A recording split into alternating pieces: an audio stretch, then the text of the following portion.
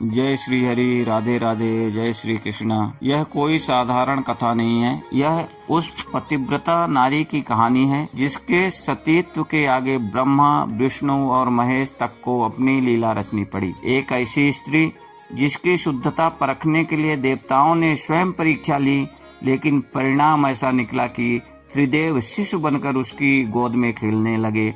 आखिर कौन थी माता अनसुईया और कैसे उनके पतिव्रत धर्म से भगवान दत्तात्रेय का दिव्य अवतार संभव हुआ? भगवान को अपने भक्तों का यश बढ़ाना होता है तो वे नाना प्रकार की लीलाएं करते हैं। श्री लक्ष्मी जी, माता सती और देवी सरस्वती जी को अपने पतिव्रत का बड़ा अभिमान था। तीनों देवियों के अभिमान को नष्ट करने तथा अपनी परम भक्तिनी पतिव्रता धर्मचारिणी अनसुईया के मान बढ़ाने के लिए भगवान ने नारद जी के मन में प्रेरणा की। फलते हुए श्री लक्ष्मी जी के पास पहुँचे। नारद जी को देखकर लक्ष्मी जी का मुख कमल के समान खिल उठा। लक्ष्मी जी ने कहा, आइए नारद जी, आप तो बहुत दिनों बाद आए, कहिए क्या हाल है?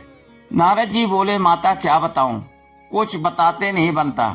अब की बार मैं घूमता हूँ, चित्रकूट की ओर चला गया। वहाँ मैं महर्षि अत्रि के आश्रम पर पहुँचा। माता, मैं तो महर्षि की पत्नी अनसुईया जी के दर्शन करके कृतार्थ हो गया। तीनों लोकों में उनके समान कोई भी पतिव्रता स्त्री नहीं है। लक्ष्मी जी को नारद जी की बात पर आश्चर्य हुआ। उन्होंने पूछा, नारद क्या हुआ, मुझसे भी बढ़कर पतिव्रता है?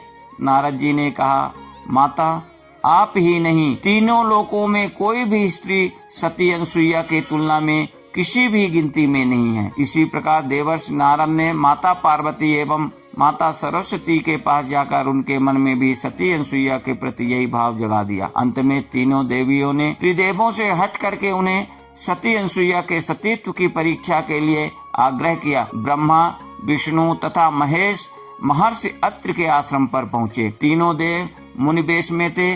उस समय महर्षि अत्रि अपने आश्रम में नहीं थे। अतिथि के रूप में आए हुए त्रिदेवों का सती अनसुईया ने स्वागत सत्कार किया। त्रिदेवों ने उसे अस्वीकार कर दिया। सती अनसुईया ने उनसे पूछा, मुनियों, मुझसे कौन सा ऐसा अपराध हो गया जो आप लोग मेरे द्वारा की हुई पूजा को ग्रहण नहीं कर रहे हैं?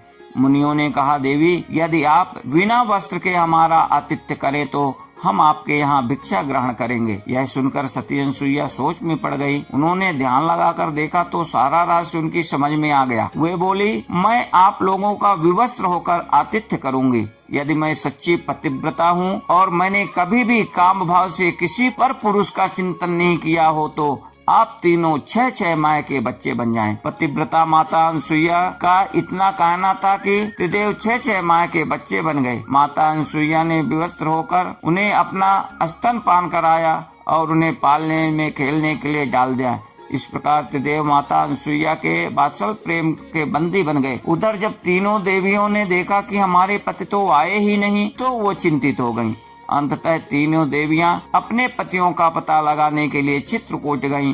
संयोग से वहीं नारद जी से उनकी भेंट हो गई। त्रिदेवियों ने उनसे अपने पतियों के बारे में पूछा।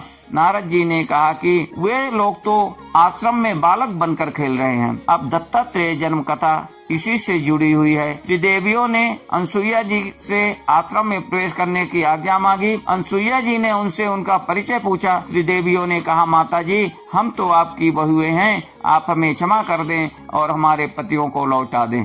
अनसुईया जी का हृदय द्रवित हो गया।